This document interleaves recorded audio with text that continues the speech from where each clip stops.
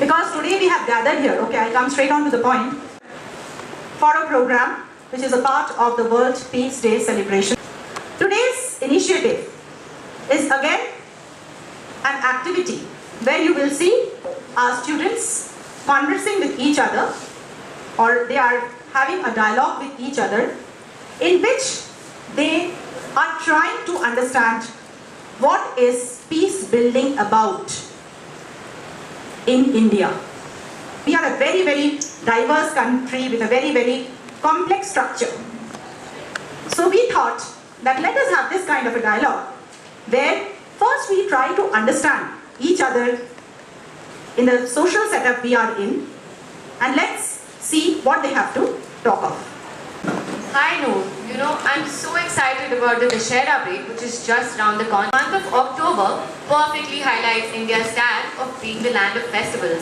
With one festival right after another, it is a month of merriment. I've asked all of my friends, maybe Maharashtrians or non-Maharashtrians, and they have told me that everybody all over India celebrates the festival of Ganesh Utsav. You must be knowing that, don't you? It is a festival it is a 10-day festival where we bring the idol of Ganpati Bappa to our homes and celebrate his birthday. Noor, I am quite surprisingly and interestingly reminded of another festival which comes around the same time and is also of 10 days, that of Onam, the harvest festival of Kerala.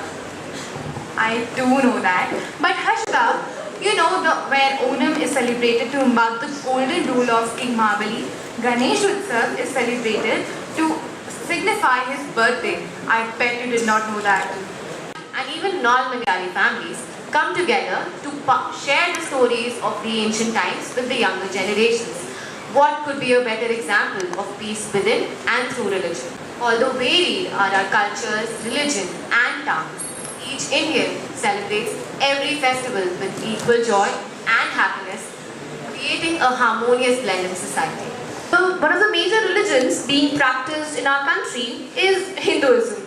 So Abhishek, it won't be wrong to call India a predominantly Hindu nation, would it? Yes, it's true, but we never define India like this. I mean, we are a secular nation and we never ignore the other religious communities living in our country, like the Sikhs, Jains, Buddhists or Muslims, to name a few. Although we had a history of communal disharmony which has caused much trouble and disrupted the peace in our country, but we as a nation have tried to live peacefully in spite of all the differences and challenges and build up a social fabric that brings stability, prosperity and a sense of well-being for the whole nation. Being Hindus, we all being Hindus, mostly, we celebrate a Christmas with the same enthusiasm and zeal as we celebrate Diwali or Holi. Tell me, how do you celebrate Eid? The very first thing is not so related with the rituals that are associated with the festival, but the fact that how it's preceded by the practice of Roza, which happens for a month. So Roza is not just about being hungry for a month, for 12 hours, for like 14 hours. It's much more than that. It's about how you connect to the Almighty, whosoever it might be, whosoever you might call him. And it's more about the emancipation of a soul and the purity of our mind. I celebrate Eid and I celebrate Durga Puja, but the fact is that Durga Puja is much more closer to my heart because it has so much of art and culture. I dance, I sing, we're doing Durga Ma ki Aarti, and I love the fact that we're all together in it and there's no distinction in communities and religion. It's all peace and joy and ice creams. Thank you. If you don't want to follow a religion, then humanity is the best religion after all. Thank you. Peace is difficult to achieve or is easy to achieve? I believe that peace is a very complicated thing. It is as complicated as the political structure of a country. So, yes, peace is difficult to achieve. It is even more difficult to maintain.